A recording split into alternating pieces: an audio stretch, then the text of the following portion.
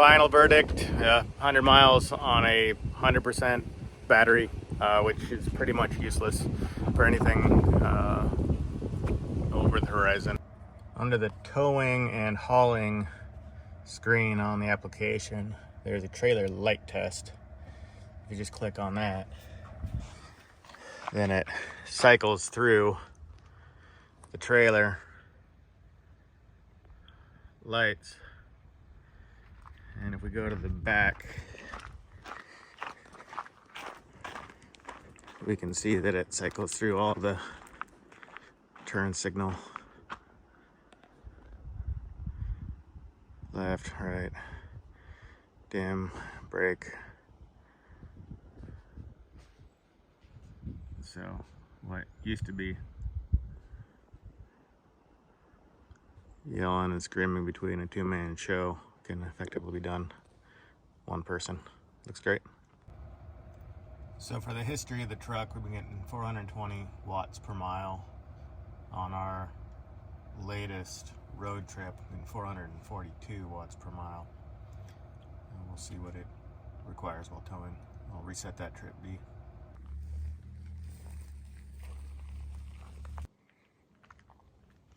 Here we are, all loaded up.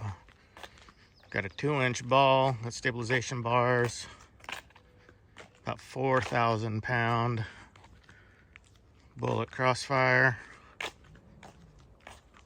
And we'll see how this goes.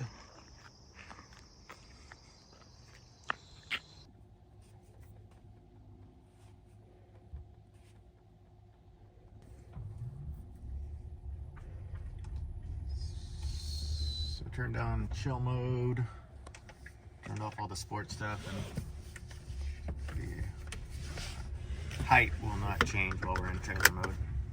So I think I've got it on. Let's see where I got it on. It's on low, as recommended.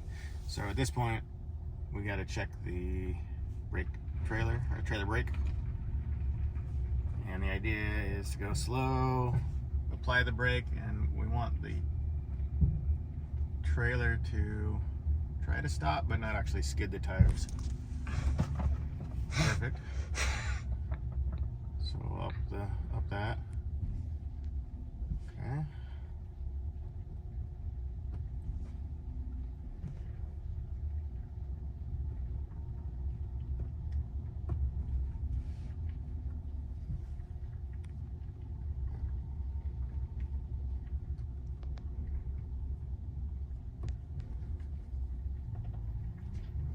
So we have yet to lock the trailer tire, the trailer brakes.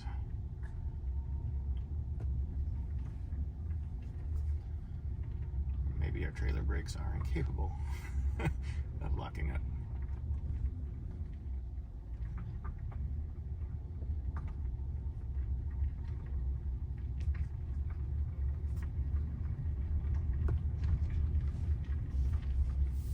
It appears so.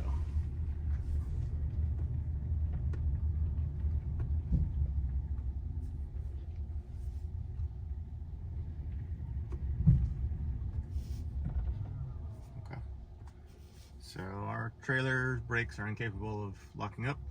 So we've got the trailer brake gain all the way up. We'll run with that. Lesson learned, we do have a camera connected to the back of the trailer, but it only activates, however the wiring is, it only activates when the headlights are on. So we'll be using that. It's an interesting setup.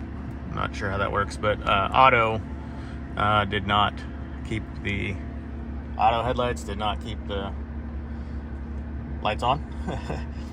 Therefore the back camera wasn't on, so we're gonna have to keep the headlights on active the whole time, and then we'll have that back camera. So our official starting point is Aberdeen, Washington, with the only supercharger I know that is all pull through. So this is a good opportunity for us to get in and get out without having to do too much finagling to get out of here. We're almost fully topped off at 100%. It says 312 miles. We're headed to Ridgefield from Aberdeen, and it says we'll have 28% left when we get home. This number does not take into account the fact that we're trailing. However, I believe this number does, but it's based on our most recent trip, which was not freeway speeds. So we should expect that to go down quite a bit. But I do believe it takes into account our most recent behavior, so we'll see. Conservatively, we're looking at 100 miles per 100% charge. So we're currently in Centralia, and as you can see, we are unhooked and our trailer's over in the corner because we could not find a pass-through or a corner that we could just nudge into. So we'll charge here and we'll get back on the road. Had we arrived 30 minutes later, we had all this space we could take advantage of, done a hybrid pull through, and probably would have been just fine. Would not have had to take off the trailer and put it back on like we are doing now. All right, we are back on the ball. We're back on stabilizer balls. We will do trailer light check. Attractive angle there. Please go check the trailer lights.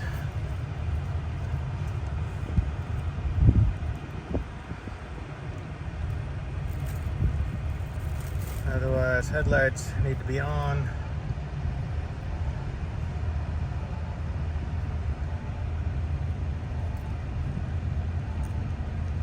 But I'm not getting a signal up here, so lights probably are not working. Huh? Everything's working. Everything's working except the cameras. Because you have to turn the actual lights on. I did. Backup cameras, back up. We're in trailer mode. Trailer lights work. I really like this view. You can see the trailer in the back, plus you get basically what equivalent to side mirrors. Looking all the way back, plus our absolute rear view. And we're ready to go. Final verdict, 100 miles on a 100% battery, which is pretty much useless for anything over the horizon. This is a suburban transport vehicle, and I think until at least superchargers get some more pull-throughs, or they double the battery pack on this thing, it's a sports car with some very, very local truck capabilities as far as towing. Now, I love it for driving it. We got stuck in traffic for an hour, set it on cruise control, let it do its thing. It was amazing. I'm a very anxious tower. I forgot that I had a trailer back there. It was great. Visibility, great. Power, great. Range, just killed it. Got a trip coming up about 200 miles, so I'm having to plan one, but conservatively, we've got to make sure I get 2 stops along the way, which adds an hour and a half to our trip. It is what it is. So we'll enjoy it for what it can do, but be realistic about its expectations, but we'll be realistic about its limitations. All right, this one's just for fun. So got my 3-prong 110 set up, plugged into solar battery. Solar battery's got its grounding accessories on it, and then the solar plugged into 2 panels up here on top. We're going to try this towing thing one more time. We're starting with a 96% battery. We're traveling a total of 201 miles, which in theory is only one large charging stop, but we're going to make several just to make sure we got enough juice. and let's go on that journey. We arrived at charging with 18% after 114 miles. But on average, we're only going about 60. So at 70 miles an hour, you can expect 100 miles. 60, we added about 15 miles for a conservative, safe distance. Average energy, 810 watts per mile. But that was actually better than I expected. That was a little bit of on purpose driving slower, but also Portland traffic. But we are at our first stop, and we dropped the trailer just in the parking lot across. Nice little Tesla charging station with a little winery attached to it, some food, and we'll get back on the road after we charge up. All right, starting the next leg with 82%, and we're gonna go over and we're going to hitch up. All right, at Cresswell, we just happened to be at a charger that does not have very many people. So we just kind of pulled through as long as nobody else shows up, and we only need a few minutes. Make sure we get enough juice to get where we're going. And if we can't charge there, then we'll just drop the trailer and go back to a supercharger back on the freeway. That's the current plan. So we'll just be here a little bit longer. And if we sit here long enough, we are the only vehicle here. And now would have probably done a pull through had we showed up at this point. Right through here. But we're still staged over there. Worked out well. Cresswell is a good opportunity. Hank's experience is that if you rent a campsite that does not have electricity, you may need to rent a hip camp with electricity available across the street, and that's what we did. $50 a night. Got charging up to 100%. Gave some joy rides. And for last night, we'll be able to just park it here and have a good amount of battery to tow that baby home, or at least to the next charging station to get home. Also available in Cresswell, very near the Tesla Supercharger, is a charge point station, which has drive-through stalls, which would always be an option as well, assuming you've got that adapter. So, one way or another, Cresswell seems to be the place for towing, charging.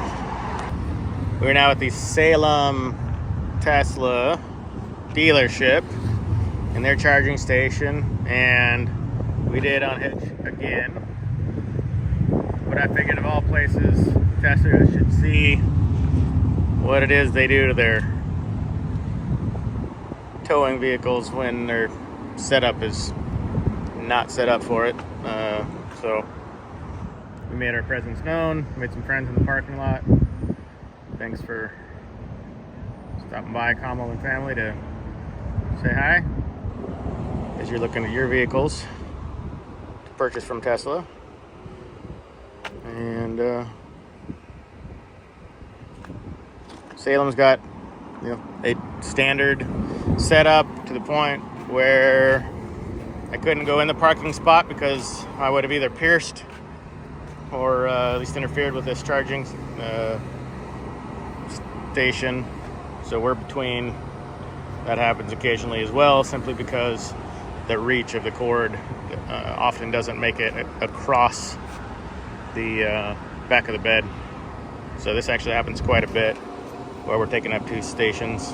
Only do that if there's very few other cars around, but it happens pretty often. And then by the time we leave, the whole place is empty again. So it's just a matter of timing.